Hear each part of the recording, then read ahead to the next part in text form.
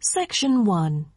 You will hear a woman telephoning a car rental company to ask about car renting services. First, you have some time to look at questions 1 to 5.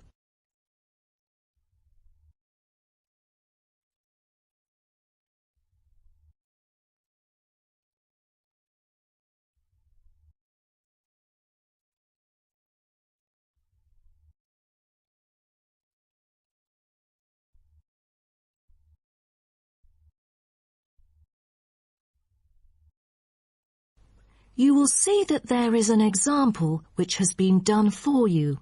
On this occasion only, the conversation relating to this will be played first. Hello. First Choice Car Rental. How may I help you? Oh, good morning. I'm calling for some information about your car renting services. I'm an American and I will be going on a family holiday to your city from Ohio next month. The woman says that she is an American, so American has been written in the space. Now we shall begin. You should answer the questions as you listen, because you will not hear the recording a second time. Listen carefully and answer questions 1 to 5. Hello. First Choice Car Rental. How may I help you? Oh, good morning. I'm calling for some information about your car renting services. I'm an American and I will be going on a family holiday to your city from Ohio next month. Okay, no problem. It's our pleasure to serve you. Could you please tell me your name and contact information first? I'm Caroline. That's Caroline.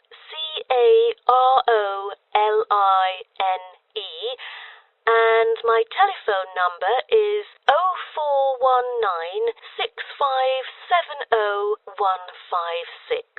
0419-6570-156. Okay, I've got that. And how can I send you our quotation? If you are satisfied with our arrangement, is email all right, or should I send it by post? The latter, please. I'm afraid I'd prefer to read it on paper.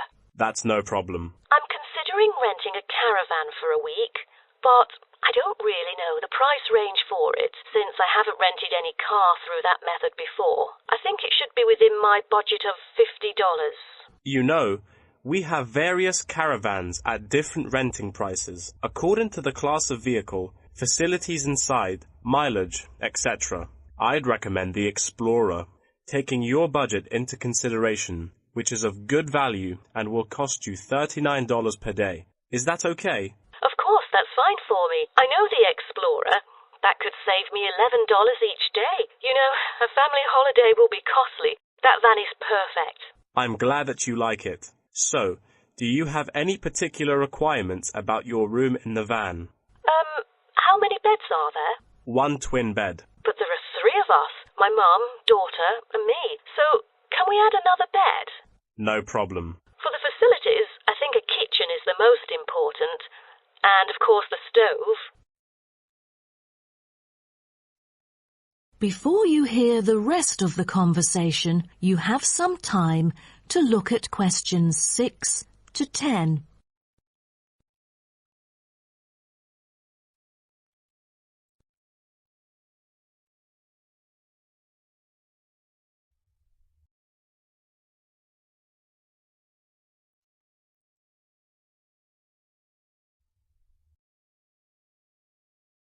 Now listen and answer questions 6 to 10.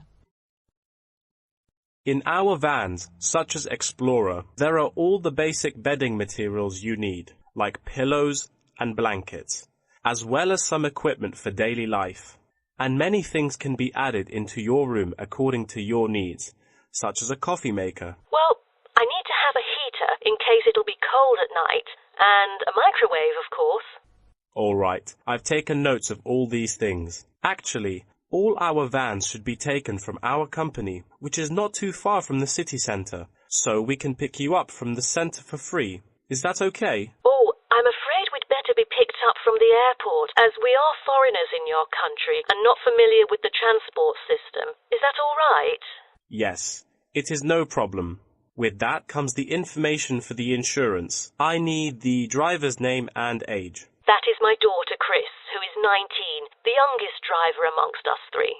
I'm sorry, but our company only accepts caravan drivers aged 25 or over, according to our regulations. So...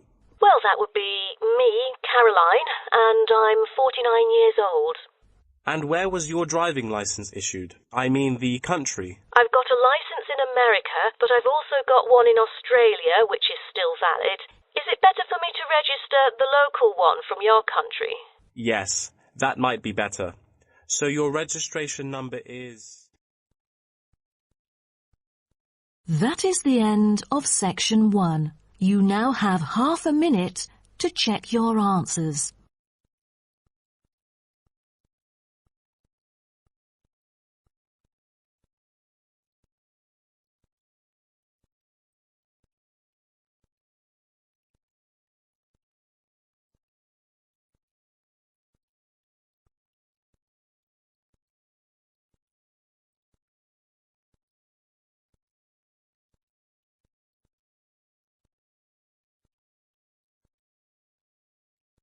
Now turn to Section 2. Section 2.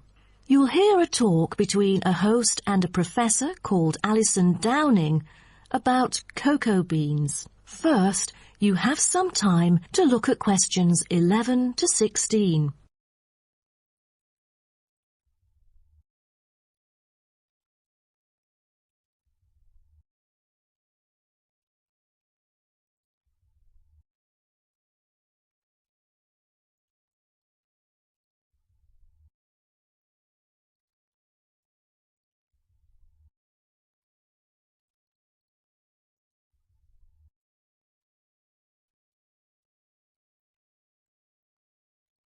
Now listen carefully and answer questions 11 to 16.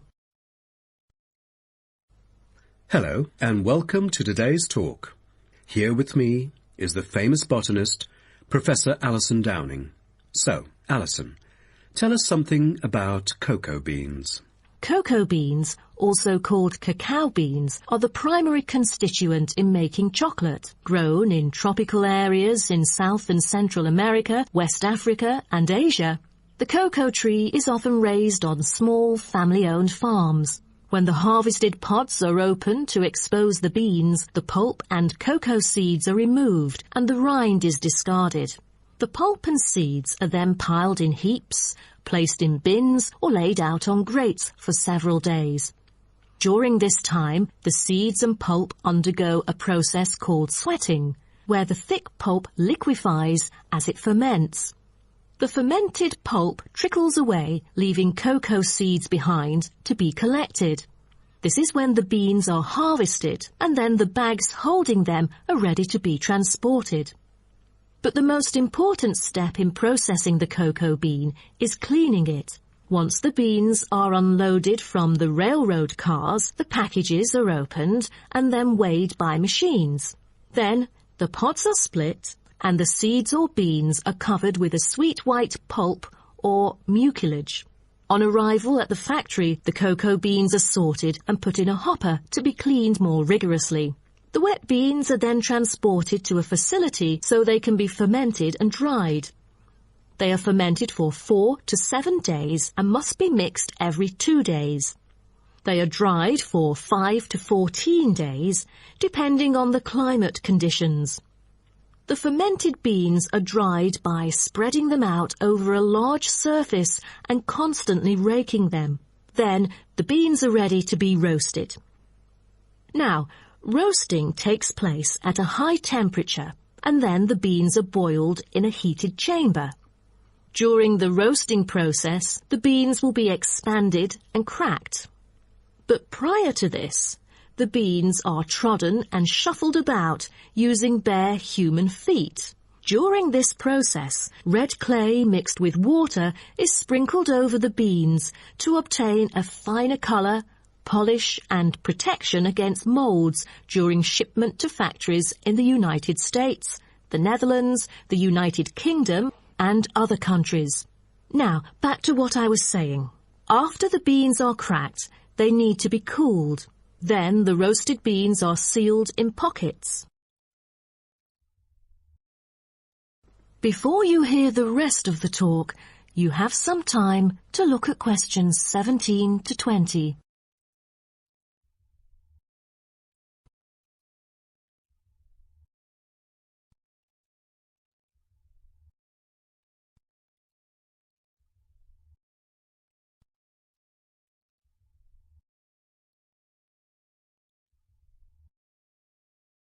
Now listen and answer questions 17 to 20. Wow, that is not a simple process, is it? But someone told me that different roasting levels of coffee can lead to different kinds of flavors. Yes, roasting coffee transforms the chemical and physical properties of green coffee beans into roasted coffee products. The roasting process is what produces the characteristic flavor of coffee by causing the green coffee beans to change in taste. Unroasted beans contain similar, if not higher levels of acids, protein, sugars and caffeine as those that have been roasted, but lack the taste of roasted coffee beans due to the Maillard and other chemical reactions that occur during roasting. The vast majority of coffee is roasted commercially on a large scale, but small-scale commercial roasting has grown significantly with the trend toward single-origin coffees served at specialty shops. Some coffee drinkers even roast coffee at home as a hobby in order to both experiment with the flavor profile of the beans and ensure the freshest possible roast. So here, I'm going to introduce some of these roasted coffee beans and their special flavors. Now, the first crack is lighter bodied and has a higher acidity level with no obvious roast flavor and is popular for its special mild taste. This level of roast is ideal for tasting the full original character of the coffee. The green beans are raw, unroasted coffee beans. They are strictly hard beans with a smoky flavor and are slightly acidic.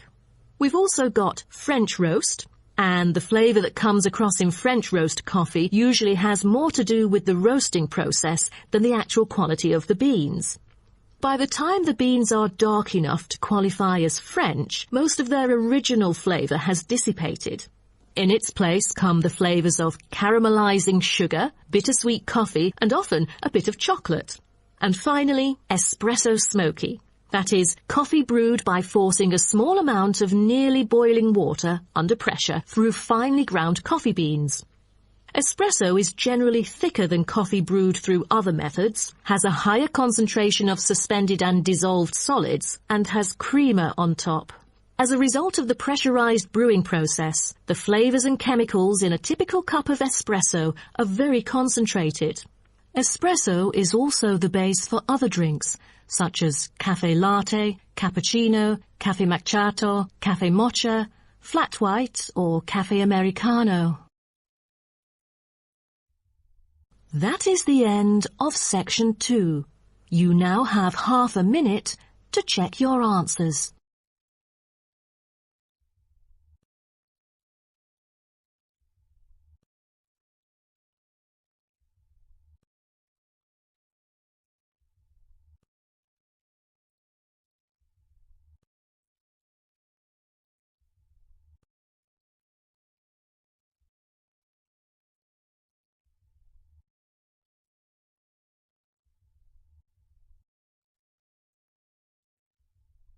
Now turn to section 3. Section 3. You will hear two students talking about the MOA with the lecturer. First, you have some time to look at questions 21 to 26.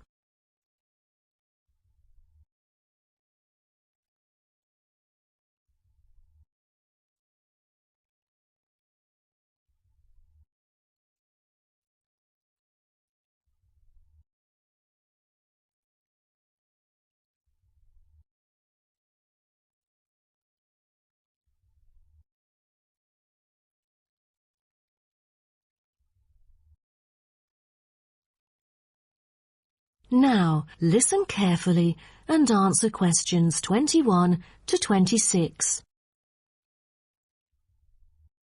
Thank you all for coming here today to hear about the moa, a kind of animal which has been extinct for a long time. Well, first of all, we look at what the moa are. The moa are 9 species of flightless birds endemic to New Zealand. They were the dominant herbivores in New Zealand's forest, shrubland and subalpine ecosystems for thousands of years. But around 500 years ago, they all went extinct. When I mention extinct animals during ancient times, you may immediately think of dinosaurs, which disappeared around 66 million years ago. Fossils of dinosaurs, which we use to study, are large in number, but not many of those of moa remain, though both animals appeal to people today. So, the moas sound more mysterious now. But sir, I've got a question about these flightless birds. How can we distinguish them from other birds? That's a good question. Birds are commonly characterized by being warm-blooded, having feathers and wings, usually capable of flight, and laying eggs, while the flightless moa, until their extinction, were the largest birds in the world. Their heads are relatively small in relation to their bodies, and they are the only wingless birds lacking even the vestigial wings and substantial tailbones in their family. That's impressive, but were they born to be like that? I mean, when they were chicks. Yes, absolutely. So let's move on to the chicks. The eggs of moa were laid in nests and incubated for about 2 months. The chicks would be well developed upon hatching, and probably would be able to leave the nests to feed on their own almost immediately. I've heard that the male moa are thought to have incubated the eggs. Is that true? I think there is a possibility for that. I've read somewhere that the sex-specific DNA recovered from the outer surfaces of eggshells suggested that these eggs were likely to have been hatched by the male, but we still need to consult more. But I have a question. There has been some occasional speculation that the moa were still alive, because someone said they had caught sight of them in New Zealand in the late 19th century, or even the 20th. Do you think it's possible? I'm not amazed by that, since that kind of thing has been claimed several times. But I find it funny, because no reliable evidence of moa tracks has ever been found, and experts still contend that moa survival is extremely unlikely. So what was the reason for the moa's extinction? I wonder if it was global warming or some other factors related to their living environment. Well, before the arrival of human settlers in New Zealand, the moa's only predator was the massive Haas eagle. Then the Maori arrived sometime before CE 1300, and all moa genera were soon driven to extinction by hunting. What a horrible thing. Before you hear the rest of the talk, you have some time to look at questions 27 to 30.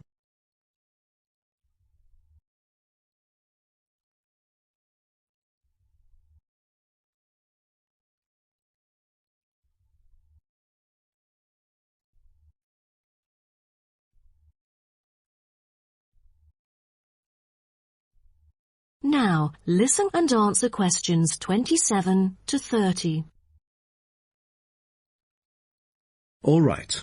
Now let's look at the features of some species of moa. The South Island giant moa may have been the tallest birds ever known, and the second tallest of the 9 moa species is the North Island giant moa, with the females being markedly larger than males, both in weight and height. And I've heard that the smallest of the moa birds are the coastal moa. Is that right? Yes, you were right. And have you heard about any other kind of moa before? I know the crested moa. The eggs they laid may be larger than others. As they mainly lived in the remote interior of the southern island, their fossils are rare or absent in archaeological sites, and no egg remains have yet been identified. Are there any species of moa that have got more fossils? Yes, of course. A considerable amount of remains of the stout-legged moa exist, due to the well-preserved properties of their habitat. Their skulls reveal relatively bad vision, a good sense of smell, and a very short bill. Then there is the eastern moa. They were remarkable in having very long and narrow windpipes, which probably enabled them to make louder, more resonant calls than those of other moa, and had the greatest vocal abilities, so they could communicate when they could not see each other in the forest or at night. they used a range of sensors, apart from sound, in their search for food, such as their sense of smell and vision. That is the end of section 3. You now have half a minute to check your answers.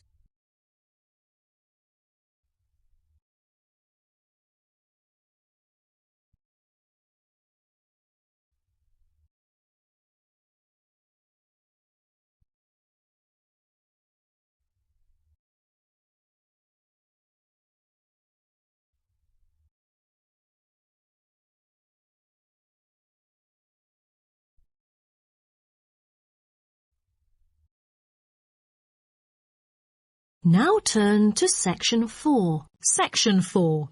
You will hear part of a lecture about time measurement. First, you have some time to look at questions 31 to 40.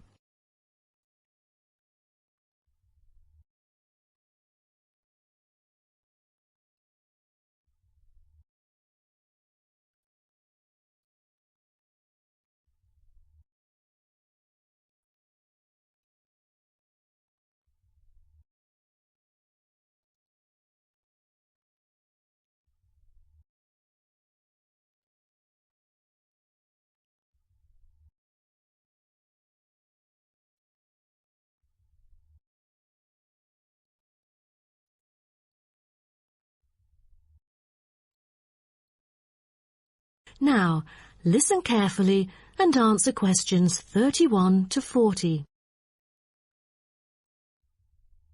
Good morning, everyone. Today, I'm going to talk about the research project I've been involved in on time measurement. Do you know how time is measured? Consider how we measure length and how, with time, we encounter a difficulty. Before we could grasp it, it would slip through our fingers. In fact, as we can see, we are forced to have the resource to measure something else, the movement of something in space or a set of movements in space. All the methods that have been employed so far really measure time by a motion in space. The measurement of time is no easy matter, a scientific unit only arrived at after much thought and reflection. As the most primitive form of measurement, the sun seems to be natural. Ever since man first noticed the regular movements of the sun and stars, we have wondered about the passage of time.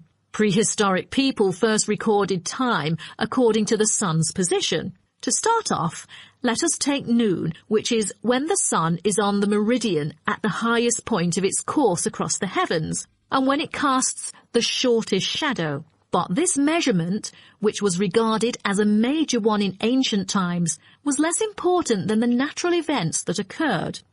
The earliest natural events that had been recognized were in the heavens, but during the course of the year, there were many other events that indicated significant changes in the environment. Seasonal winds and rains, the flooding of rivers, the flowering of trees and plants, and the breeding cycles or migration of animals all led to natural divisions of the year, and the further observation and local customs led to the recognition of the seasons.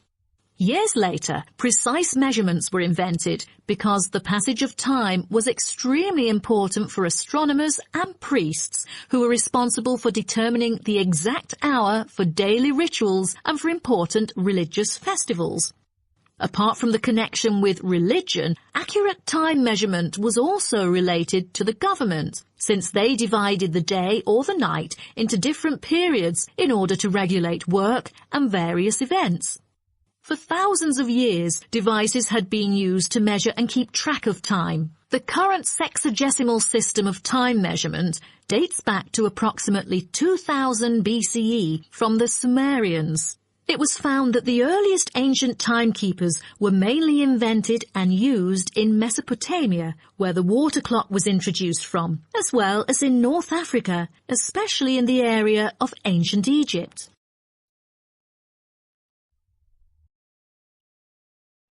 So, now I'd like to introduce you to some of the most well-known ancient timekeepers, as well as the disadvantages of them, for which they were replaced by various new forms of clocks that were used afterwards. A sundial is a device that tells the time of day by the apparent positioning of the sun in the sky. In the narrowest sense of the word, it consists of a flat plate and a gnomon which casts a shadow onto the dial. As the sun appears to move across the sky, the shadow aligns with different hour lines which are marked on the dial to indicate the time of day. However, it was quickly noted that the length of the day varied at different times of the year. Therefore, there could have been a difference between clock time and sundial time. In addition, the sundial was of no use at night, so a water clock was invented. The water clock, or clepsydra, appeared to have been invented around 1500 BCE and was a device which relied on the steady flow of water from or into a container. Measurements could be marked on the container or on a receptacle for the water. It was reliable, but the water flow still depended on the variation of pressure and temperature from the top of water in the container. As the technology of glass blowing developed, from some time in the 14th century, it became possible to make sand glasses. Originally, they were used as a measurement for periods of time like lamps or candles, but as clocks became more accurate, they were calibrated to measure specific periods of time. The drawback, however, as you can imagine, was the limited length of time they could measure. The last timekeeper to be introduced is the fire candle clock. Candle clocks took advantage of a simple concept, the slow and consistent nature of a burning wax candle. By utilizing this process, our ancestors were able to keep steady track of the time. The clocks were created by engraving the length of the candle with evenly spaced markings. Each marking represented a single unit of time, and, as the wax burned down, each hour would disappear. However, the drafts and the variable quality of the wax mainly influenced the time of burning. Like oil lamps, candles were used to mark the passage of time from one event to another rather than tell the time of day. That is the end of section 4. You now have half a minute to check your answers.